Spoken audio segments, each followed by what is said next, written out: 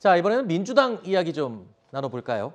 자, 민주당에서 어제 전당대회 룰을 사실상 확정했습니다. 하지만 전대 룰을 두고요, 당내 갈등은 점점 더 심화되고 있습니다. 오늘 오전에 안규백 민주당 전당대회 준비위원장이요, 전준 위원장으로서의 역할 의미를 잃었다면서 전준 위원장직에서 사퇴한다고 밝혔습니다. 자, 바로 비대위 의결 과정에서 예비경선 선거인단의 구성, 그리고 최고위원 선거 방식, 이런 부분에 있어서 전준위에서 결정한 전당대회 규정이 바뀐 것에 대해서 불만을 표출한 것으로 분석이 됩니다. 그러니까 이 전대 룰이 바뀌는 데 있어서 전혀 교감이 없었다, 이런 말까지 했는데요. 자, 당내 계파 갈등, 세대 격돌, 이런 구도가 지금 민주당 내부에서 심화되고 있습니다. 이런 가운데 이 전대 룰까지 또 잡음이 생깁니다. 전대 룰은 좀 잘 해결이 될 것 같았는데 분위기가 별로 안 좋네요. 그러니까 당대표 선거를 하는 전대 룰은 어느 정도 양쪽의 어떤 주장들, 그러니까 계파 간의 갈등이 일어나지 않게 어느 정도 보완을 했단 말이에요. 왜냐하면 비대위원 대표성이 너무 크다, 이런 지적들이 있었기 때문에 그걸 45%에서 30%로 줄이고 그 15%를 국민 여론조사에 얹어서 국민 여론조사가 10%였는데 25%로 늘린다. 네. 그리고 그동안에 단일성으로 갈 것이냐 집단으로 다시 갈 것이냐 이런 논란이 있었는데, 사실 그걸 두고 이른바 친명계 쪽에서는 단일성으로 가야 된다고 얘기를 했잖아요. 그러니까 그런 부분에 있어서는 친명계 의견을 어느 정도 받아주고, 그리고 권리당원 이른바 이제 개혁의 딸들이라고 불리는 그런 권리당원들한테 투표권을 줄 것이냐 이런 부분이 있었는데 일단 그건 주지 않기로 결정을 했단 그렇죠. 말이에요. 그러니까 이른바 친문 주류계하고 친명계의 의견을 어느 정도 절충점을 만들어서 하는 이런 모양을 취했는데, 지금 문제가 어디서 생겼냐면은 최고위원 문제예요. 네. 1인 2표제로 가는데 한 표를 지역 대표성을 갖도록 하는 사람한테 투표를 하도록 이렇게 한 거예요. 그러니까 우리 지역 출신의 최고위원이 나오면 그 최고위원한테 권역별로 투표를 하게 만든 겁니다. 그러면 당원이 많은 지역에 있는 사람은 그 지역의 출신의 최고위원 출마자가 당연히 이득을 보지 않겠습니까? 근데 지금 전준위에서는 그 안으로 제출한 게 아니라 원래 했던 것처럼 최고위원 투표 그냥 1인 2표 투표할 수 있도록 해서 비대위로 올렸는데 비대위에서 이렇게 권역별로 바꿔버렸다는 거예요. 네. 그래서 사실 안규백 위원장이 사표를 던지는 이런 일이 발생한 거거든요. 네. 좀 납득이 잘 안 돼요, 이건 저는 개인적으로. 네. 왜냐하면 얼마든지 지역 대표성은 다른 방식으로 보정할 수가 있거든요. 그 아니면은 지명목 최고위원을 만든다거나 이러는 방식이 있을 수 있는데 왜 그 지역에 있는 사람한테만 투표를 던지게 만들었느냐. 이거는 뭔가의 이익이, 누군가의 생각이 반영된 것 아닌가라고 의심할 수밖에 없다는 거죠. 네. 자, 이렇게 민주당 내부 여러 가지 갈등 속에서 민주당의 차기 당권 구도는요, 지금 어대명이라는 말도 나오고 있지만 이재명 의원, 그리고 이 상대 쪽에는 97그룹으로 분위기가 양강으로 굳어지는 분위기입니다. 어제 발표된 여론조사 내용을 살펴볼까요? 민주당의 차기 당대표 적합도 조사에서 이재명 의원이 35.7%로 압도적으로 높았습니다. 자, 그리고 97그룹의 박용진 의원이 16.8%로 그 뒤를 이었습니다.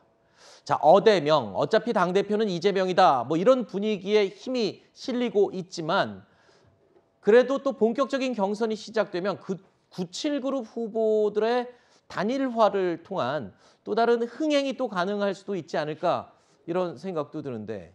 글쎄요. 이제 97그룹이 예를 들면 이재명 의원에 필적할 만한 지지를 받느냐, 네. 어떤 돌풍을 일으키느냐, 이게 핵심이 될 것 같은데, 제 생각에는 지금 소위 말하는 97그룹 내 인사들이 이재명 의원을 뭔가 맞설 만큼의 돌풍을 일으킬 거라고 보진 않습니다. 네. 지금 박용진 의원이 그 이재명 의원 다음으로 높은 적합도를 보이고 있지만 저는 이것이 다분히 어떤 대통령 출마에 대한 후광이라고 생각하거든요. 아하. 저 지금 모든 그 당대표 후보자들 가운데서 유일하게 대통령 후보로 출마했던 분은 이재명 의원과 박용진 의원입니다. 네. 아마 그 후광이 지금까지 이어졌기 때문에 저렇게 높은 인지도를 바탕으로 높은 적합도를 보이고 있다라고 생각이 되는데, 이 97그룹이라고 하는 집단을 좀 잘 보게 되면 원래 있었던 집단이라기보다는 그 97이라는 이름이 명명됨으로부터 그 어떤 말하자면 정체성들이 생기기 시작했던 것이거든요. 그게 뭐냐면 그 개개인의 캐릭터라는 것이 민주당 내에서 뚜렷하지 않았다라는 이야기입니다.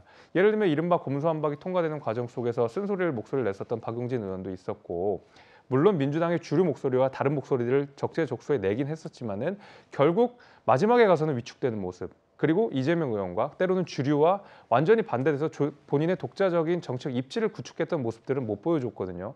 반면에 지난해 이준석 당대표가 됐던 시절에는 이미 한 두세 달 전부터 재보궐선거를 치르면서 자신의 정치적 입지를 굳혔고, 그다음에 이른바 젠더 이슈로서 본인의 정치적 아젠다를 확실하게 잡았던 것이 이준석 대표여서 네. 이미 돌풍은 시작됐었던 것이거든요. 근데 민주당 같은 경우에는 8월 28일 날 전당대회가 일어나고 앞으로 한 달 조금 더, 한 두 달이 조금 안 되게 남은 상황 속에서 이른바 97그룹 내에서 돌풍은커녕 미풍이라도 보여주는 인물이 있느냐라고 했을 때 저는 뚜렷하게 생각나는 사람이 없다라는 점에서 97그룹이 단일화를 한다고 하더라도 흥행에 크게 도움되기는 어려울 거라고 생각합니다. 뭐 결론은 어대명 얘기로 지금 예, 다시 그렇습니다. 또 수렴이 되는군요. 자, 그런 가운데 차기 당대표 출마 의사를 공개적으로 밝혔지만 3일 만에 도전 행보가 좌절된 인물이 있죠. 바로 박지원 전 비대위원장입니다. 자, 박 전 위원장은 출마 자격이 없다는 당의 판단에 대해서 지도부와 이재명 의원은 무엇이 두렵냐라면서 공개 항의를 했습니다. 그러면서 어떤 위협도 꿋꿋이 전진할 것이다. 위협에도 불구하고 꿋꿋이 전진하겠다. 그러면서 본인이 2030의 마음을 많이 가져오고 당에 기여를 했다. 이 부분을 굉장히 강조를 하고 있습니다. 자, 김남국 의원, 이런 박지원 전 비대위원장을 향해서 이렇게 비판했습니다. 좀 아쉬운 부분이 많은데요. 저도 이제 처음에 박지원 전 비대위원장이 나와서 얼마간의 행보를 할 때는 굉장히 시원하다, 소신 있다라고 하면서 응원을 했는데 지금 보이는 행동은 너무 이해하기가 어려운 행동들인 것 같습니다. 당헌 당규 룰이 있는데 그것을 무시하고 자격을 바꿔서 본인 출마시켜달라고 하면서 억지 부리는 모습이라던가 또 그것을 이야기를 하면서 전혀 다른 비교를 하고 있거든요. 자, 박지원 전 위원장은요, 당권 도전 의사를 계속 밝히면서 연일 이재명 의원을 향해서 이 겨냥한 발언을 쏟아내고 있습니다. 오늘은 자신의 당권 도전 좌절에는 이재명 의원의 뜻이 있는 게 아니냐, 이런 주장까지 했는데 박지원의 정치는 이제 시작이다라고 선언을 하기도 했습니다. 일각에서는 박지원 전 위원장이 본인 정치를 본격적으로 지금 시작을 한 것으로 이야기를 하고 있고요. 더군다나 또 이재명 의원 같은 거물급 인사를 자꾸 언급할수록 본인의 이제 위치나 이미지가 좀 더 올라가는 그런 전략을 취하고 있는 거다. 전형적인 그런 전략이다라고 합니다. 맞습니까? 뭐 저 자신보다 큰 사람 때리면 체급이 비슷해지는 현상이 나타나잖아요. 사람들이 인식을 그렇게 하게 마련이죠. 예, 뭐 그런 점들을 저는 뭐 전혀 안 노렸다고 보기는 좀 어렵다 이렇게 네. 생각하는데요.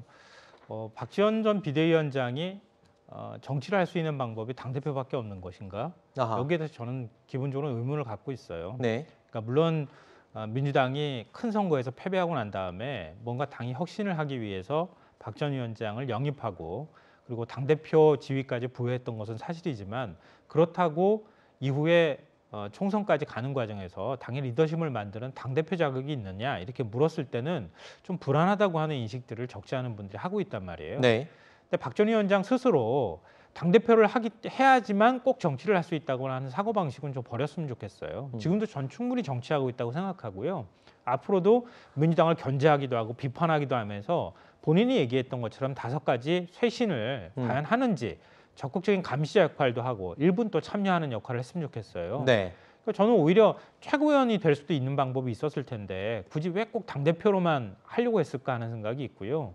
그러니까 본인이 얘기했던 것처럼 지난 지방선거 때 원칙을 어긴다고 하는 점들을 강조했었잖아요. 그러면 굉장히 비판적인 목소리를 냈는데 지금 당원 당규 룰 자체에 안 되는 것인데 나는 그럴 자격이 충분하다.